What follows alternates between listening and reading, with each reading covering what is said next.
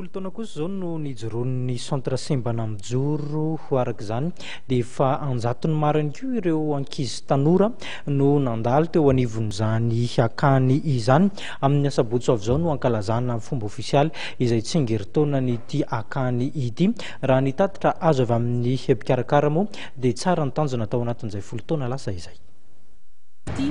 Raha ny zava-bitanay tao anatin'izay folo taona izay no jerena dia hita fa nahafa-po tokoa satria ankizy tanora Sembana eo amin'ny 200 eo no efa nahita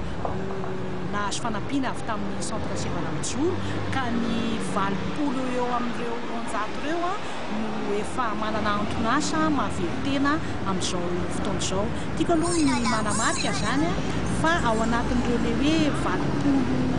Sembana tanora ireo zany dia ny 30 no efa miasa eny anivon'ny orinasa falian'ny daholobe, fa ny 50 eo kosa dia nisafidy ny asa tena ka nomen'ny centre Sembana Mijoro fanohanana ara-bola sy fanohanana ara-pitaovana amin'ny tetika asa madinika izay nataony. Ankoatr'izay ihany koa dia nitombo ny foto-drafitrasanay satria raha tamin'ny taona 3 miainga tamin'ny tsy misy dia amin'izao 3 izao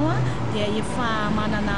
trano anankiroa ny centre Sembana Mijoro, manana ihany koa fiara ary nanokatra ihany koa toerana anankiray mandray tanora vehivavy Sembana 7 eo miasa ao anatiny ka manjaitra sy manao vanopy. Ny eo amin'ny sehatry ny hoe ny mpanohana na eto an-toerana na ny any ivelany dia hita ihany koa fa nitombo satria raha tany amin'ny taona 3 anankiroa no nanohana anay amin'izao fotoana izao kosa dia efa mahatratra 5